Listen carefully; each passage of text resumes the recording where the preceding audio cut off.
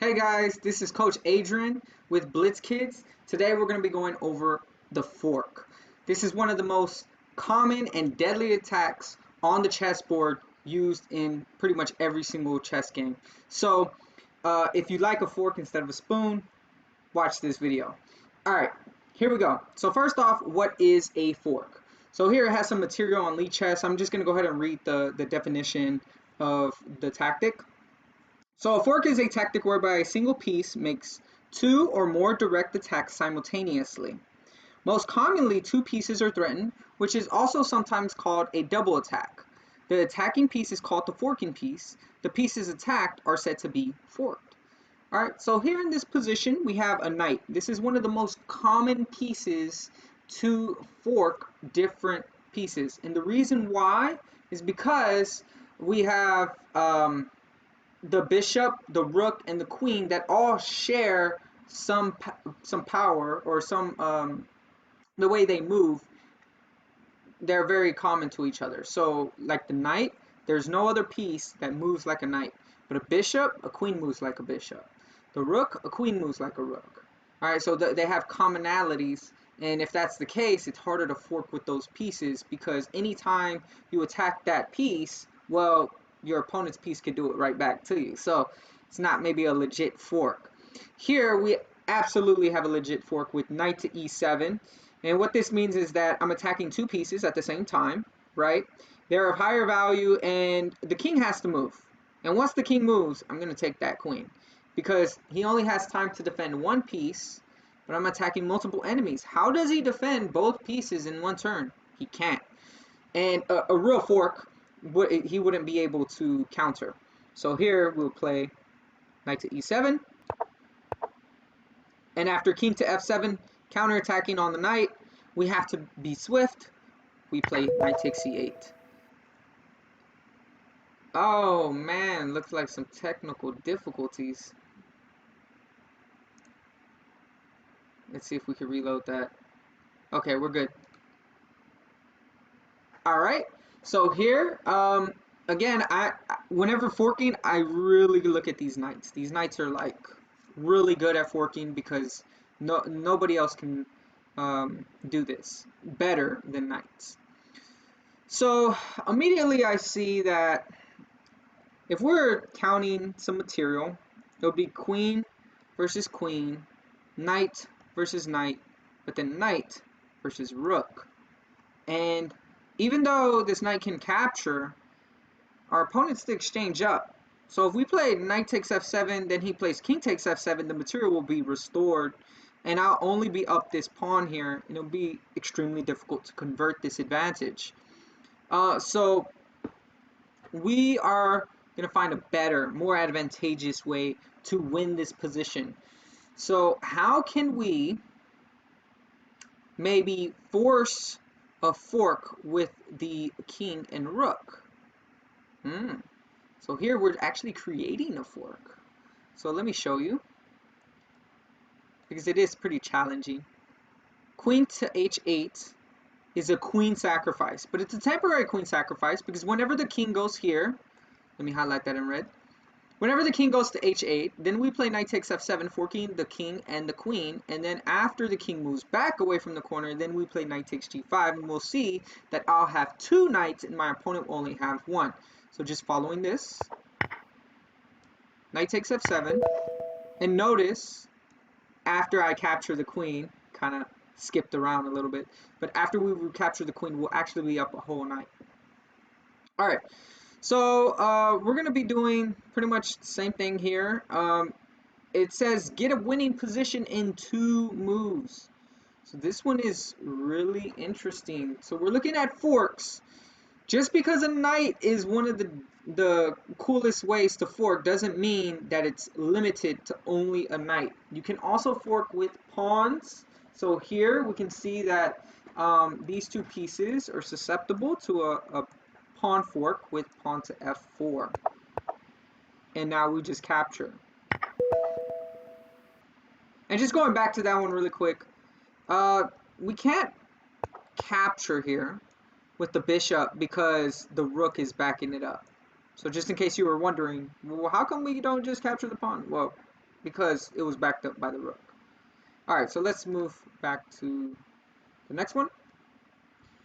Alright, so I'm going to go ahead and give you guys the first opportunity to go ahead and pause your videos and try to find the fork in this position. It is black to move and win some material. So go ahead and pause. Alright, if you found the move, pawn to d5, excellent. You are a great tactician. So after here, I'll be attacking the pawn, the knight on e4 and the bishop on c4, and it is protected by the queen, so the bishop can't take on d5. So we just take it. All right. So this is a very unfortunate instance for the team black. We can easily win the bishop because these guys are in a line. So once we play here, we have this nice fork between the two pieces. Look at the geometry too. The rook right in between the two pieces. And this is somewhat, if you need a visual to understand what the definition of a fork is, it's very simple. Whenever you have, let's say the rook, let's say the bishop were on d6 and my rook was going to a6, this would be called a pin. So whenever the small piece is in front of the big piece, it is called a pin. If you have the rook, let's say, going here, and let's just pretend the king couldn't capture, then this would be called a skewer. But whenever you place, let's say, the rook in between the two pieces, this is called a fork or a double attack. So just to kind of help you out with the definitions, there you go.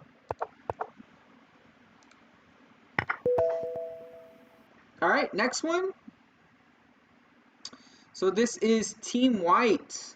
And since we have this extra pawn and the dark squared bishop with the dark colored corner, I know this is a bit off topic, but this is important to know that we can actually get a winning position after we fork the black king and rook. And so these are actually really basic forms of forks, but then it starts going into challenges. So fork challenges with more pieces. So right now we're just showing you different forks with different pieces. We went over the knight fork, we went over the pawn fork, and we went over the rook fork. Now we're going to be going over the bishop fork. All right. And so here you just look to put a piece in between a line here. So bishop here, but it's not limited to that because the knight can fork too, and a pawn can too. So bishop, and bishop takes a3. Pretty simple.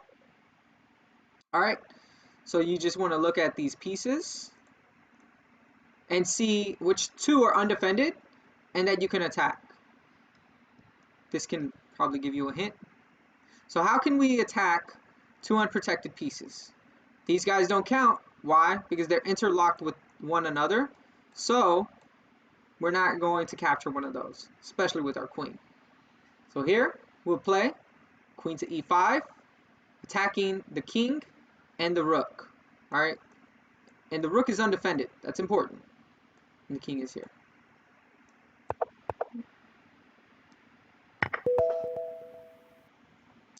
All right, so now we're going to be going over double attacks. So double attacks are pretty much where you would threaten two different things. So here it gives a pretty nice definition at the bottom, so I'll go ahead and read that. A fork is often also called a double attack because it usually attacks two targets. A fork can, of course, attack more than two targets, and the targets don't have to be pieces. Direct mating threats or even implied threat can also be excellent targets for a fork. So here we can play knight to d5, then targeting the rook, but then we also target on c7, which then in turn forks the king and the rook on a8, which will then win us some material here. So let's say here, knight c7, and knight takes a8, and that's a better endgame for us because we have 4 pawns on the queen side. And just by utilizing one tactic, we can get a winning position, because before it was actually a worse position because we had less material. All right, so now these are the challenges of the double attacks. So I'm gonna go ahead and give you guys uh, some time to pause your videos, look at all of the available opportunities, attacks. You definitely got to look at those attacks and see if you can win some material. All right. Okay, so here, I need to, there's a lot of stuff going on. So I'm going to go through all of these, right? There's a more complex position. I have an attack here, I have an attack here, I have a check here, I have a check here. I can capture here. There's even maybe a check here and here on F7. There's a knight capture on F6. All of these are pretty interesting. I want to calculate all of them, especially if we're not really familiar with how to look for a double attack or a knight fork or a regular fork. Then we definitely need to go through each and every single one. And this one is actually pretty complex, so I'm actually going to go through each and every single one. All right, so let me unhighlight. All right, so first thing I'm going to calculate is queen d6 because that is a check. All right, so queen to d6 check. The king would then make its way to e8 because if it moves anywhere else, let's say king to f7, then the queen can probably wiggle to c7. But the king still has e7.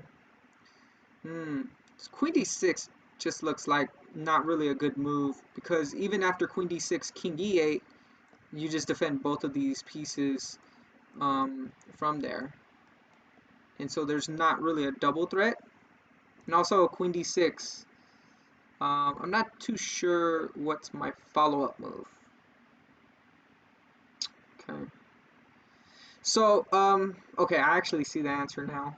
But I'm gonna go through each and every single move. So now let's look at rook takes b7. Okay, that's silly because queen takes. All right. I also have queen e7, queen f7, queen g8, queen e8. These are all silly because the king can capture each and every single one of them. I have to have some backup. And so that's what makes me think that I want to create a double threat here.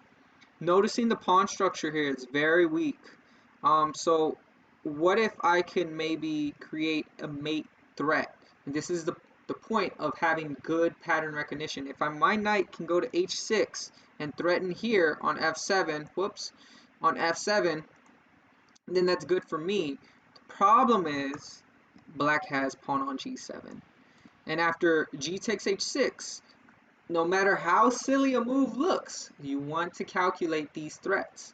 Because after g takes h6, we could then play bishop takes h6, and this is a checkmating pattern. Alright, this looks like a Boden's mate on the king side. So this is very interesting. Now, you probably are asking, well, what does that have to do with a double attack? Well, if the knight goes to if the knight goes to h6, then the queen is threatening f7 checkmate, but also threatening here on f5. Now, one very important defensive move you have to think of is the counterattack. So we want to, black can protect the f7 square and counterattack the queen with bishop to g8 after knight to h6. So if knight to h6, bishop to g8, we have to know what to do here. And here, if you notice, queen takes g8 just wins the bishop because the knight is protecting the queen on g8 there, and that's very good. You guys are getting better and better. So knight h6. And oh, we even have another counterattack. But this one, I didn't really calculate because it was a bit silly. We can actually just take the queen. And, okay, he defends there. Those are like computer moves there. Alright, so we want to create a double attack. Sometimes you gotta get a little creative. And here, I'm gonna let you guys go ahead and pause the video. This one's a little bit simpler. See if you can figure this out. Alright, this looks very reminiscent to another problem that we went over. The queen can actually sacrifice itself on g1, and then the knight can fork. So we're creating these forks. And the idea is not to just make it fancy, but here we're winning a bishop on e2. So queen to g1 check, knight takes e2 check, and that forks the king and queen. And we're up a knight, so we would go on to convert the win. Okay. This one seems fairly straightforward. Go ahead and pause your videos and see if you can come up with the correct answer.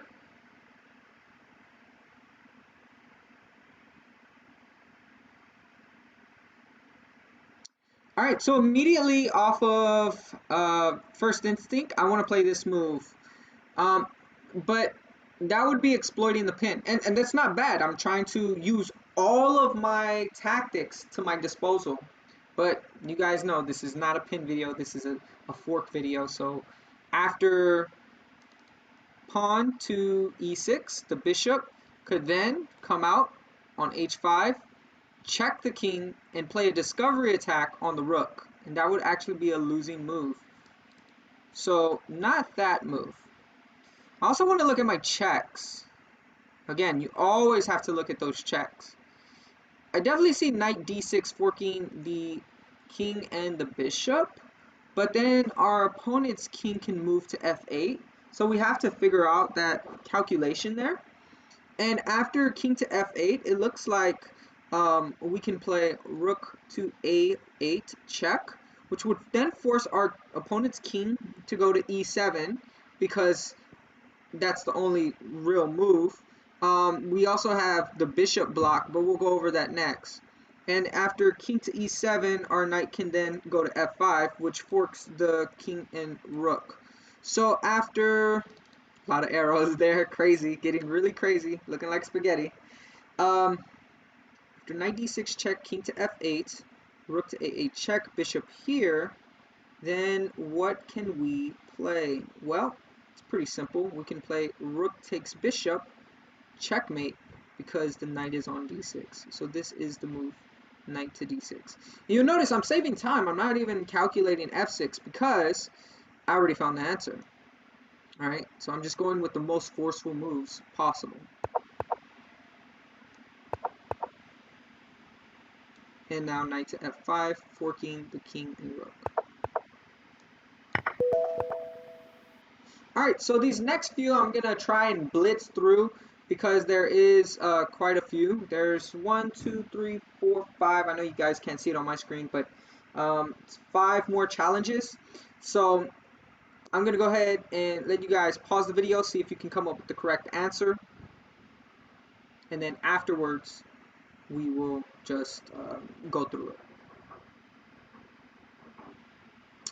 Alright, here, another interesting one because there's a lot of pieces, there's checks all over the place, and you just want to be able to find and handle these moves.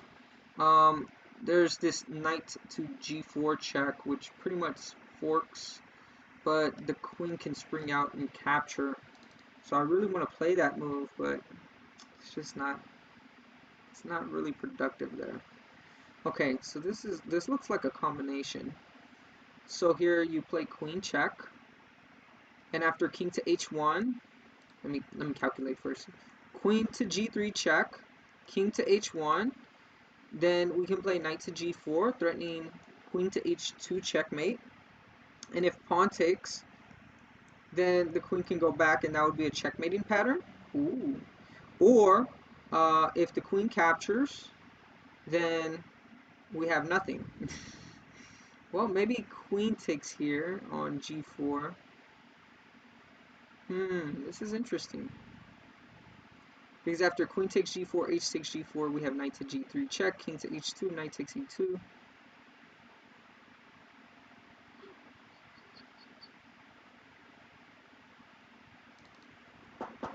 Have to look at that just one more time.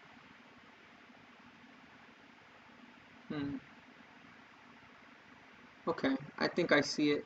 This bishop is actually undefended. If we just play knight g3 right away, we're hitting this with check. And we're also attacking here. And if the bishop captures here, because now this is undefended twice. Then we can play knight takes f1 check, queen takes f1, and then we just win some material. If knight to g3, let's say rook takes f4. Interesting. We could try queen takes h6, and that will win us some material. It'll give us the exchange. We would just have to be careful because we want to make sure we are up in material. Yeah, so we have 3 minor pieces, 3 minor pieces, 1 rook to 2 rooks, so that may not work.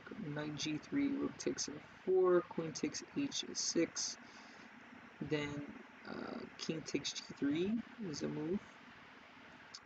Interesting. This one is a bit challenging. This is actually from a game, it says. We have pawn to f3 is another move.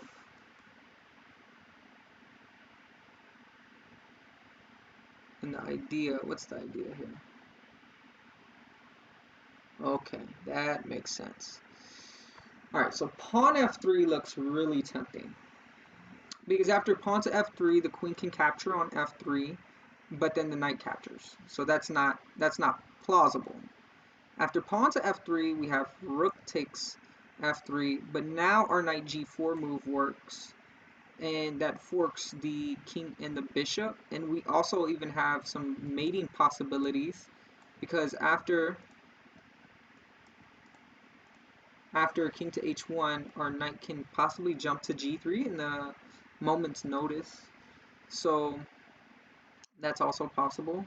And after pawn to f3, if g takes f3, then we have queen to g3 check, king to h1, and then queen takes h3 checkmate.